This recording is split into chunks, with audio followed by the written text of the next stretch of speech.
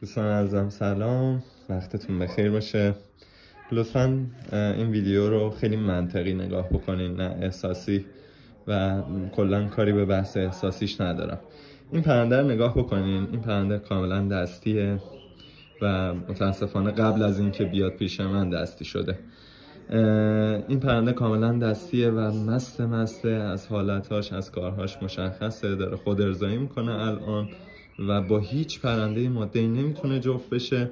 خیلی تلاش کردیم توی سالن، با چندین ماده تلاش کردیم که جفت بخوره و جفت نخورد و مداوم در حال عذاب کشیدن این پرنده و حاصل خودخواهی های ما آدما بوده.